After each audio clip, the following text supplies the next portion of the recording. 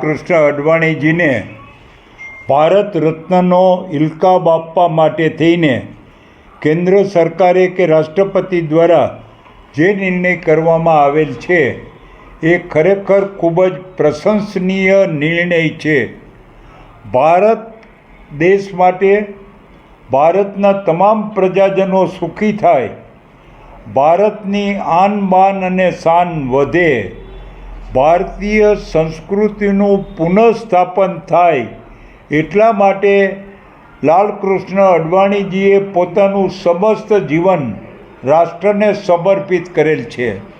આપણે જો એમ કહીએ કે અડવાણીજીએ પોતાના જીવનની એક એક ક્ષણ અને શરીરનો એક એક કણ એ રાષ્ટ્રને સમર્પિત કરવા માટે થઈને હંમેશા તૈયાર હતા અને આજે 96 વર્ષની ઉંમરે પણ એવો રાષ્ટ્ર માટે થઈને કાર્ય માટે સક્રિય રહેલા છે.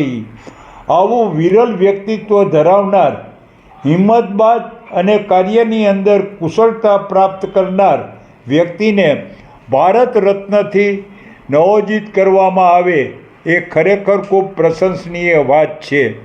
આપણે સૌરાષ્ટ્ર માટે થઈને તો ગૌરવની વાત છે કે આજે જે રામ મંદિર બનેલ છે એ રામ મંદિર માટે થઈને આદરણીય અડવાણીજીએ સોમનાથના મંદિરથી યાત્રા કાઢેલી અને સોમનાથના મંદિરથી અયોધ્યા સુધીની યાત્રા એની શરૂઆત એમને સોમનાથથી કરેલી અને એ જે યાત્રા કાઢેલી અને એની અંદર જે કંઈ વિટંબણાઓ આવેલી અને બાબરી મસ્જિદ જે તે વખતે તૂટી ગયેલી, જે કંઈ ભૂતકાળ બોલતો હોય, પરંતુ આદરણીય અડવાણીજી હતા એમની કૃતનિશ્ચયતા હતી કે મેં સોગંદ રામ કી ખાતે હે મંદિર વહીં બનાએંગે.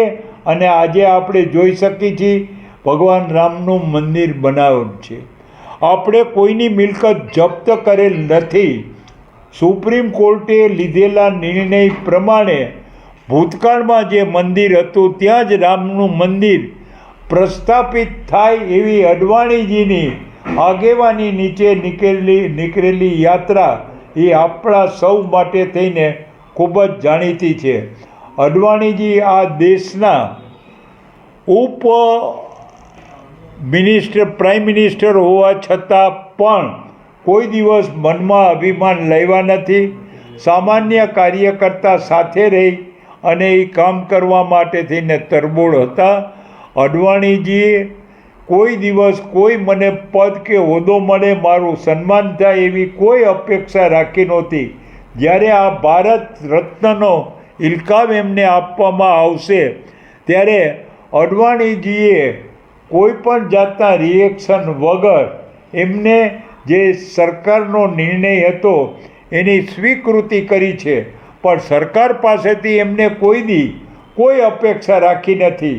જે વ્યક્તિ રાષ્ટ્રના કાર્ય માટે સક્રિય હોય અને અપેક્ષા વગર કામ કરે એવી વ્યક્તિનું બહુમાન કરવું એ આપણા રાષ્ટ્રના નેતાઓની ફરજ છે અને રાષ્ટ્રના નેતાઓએ પણ પોતાની ફરજ બજાવી છે અને અડવાણીજીને સન્માનિત કર્યા છે. આવું વિરલ વ્યક્તિત્વ ધરાવનાર, સ્પષ્ટ વિચારધારા ધરાવનાર, સંગઠિત રીતે તમામને એકસાથે લઈને ચાલનાર વ્યક્તિ એને આ એવોર્ડ મળ્યો છે. એનાથી હું પણ ખૂબ ખુશ છું અને સમસ્ત ભાજપ નહીં પરંતુ આ દેશની મોટાભાગની પ્રજા પણ આનાથી ખુશ છે. આવા વ્યક્તિને ખૂબ ખૂબ ધન્યવાદ અને કેન્દ્ર સરકારને પણ નિર્ણય લેવા માટે થઈને ખૂબ ખૂબ ધન્યવાદ, આભાર. વંદે માતરમ. બાપા, આપના કોઈ સંસ્મરણો તેમની સાથે કોઈ? હા, જ્યારે અહીં યાત્રા નીકળી સોમનાથથી ત્યારે હું અહીં પાર્ટીનો પ્રમુખ હતો અને સોમનાથથી ઠેઠ વાપી સુધી જે 3 દિવસ સુધીની યાત્રા હતી એ 3 દિવસ હું એમની સાથે જ રહેલો. અને એ સિવાય પણ જ્યારે એ અમદાવાદ આવતા અને મારું કેન્દ્ર પણ પાર્ટીના પ્રમુખ તરીકે અમદાવાદ હતું અને તેઓ પણ રાષ્ટ્રીય પ્રમુખ હતા ત્યારે અમારે અનેક રાજકીય વાત થતી હતી, પરંતુ અડવાણીજી હોય, વજુભાઈ વાળા હોય કે નરેન્દ્રભાઈ મોદી હોય કે સુરેન્દ્ર કાકા હોય, એ તમામ સંઘ પરિવારના લોકો છે, તમામની વિચારધારા એક જ સરખી હોય અને કોણ મોટું ને કોણ નાનું એ સિવાય અરસપરસ અમે ઘણીવાર અમારી વિચારની આપ-લે કરેલી છે અને એમને જે કાંઈ અમને ઉત્તરો આપવાના હોય, સમજણ આપવાની હોય એ એને પણ આપેલી છે. એમની સાથેનો સહયોગ કરવો, એમની સાથે વાતચીત કરવી એ ખૂબ જ આનંદની વાત હતી. મેં નથી ધાર્યું કે અડવાણીજી કોઈ દિવસ ગુસ્સે થયા હોય.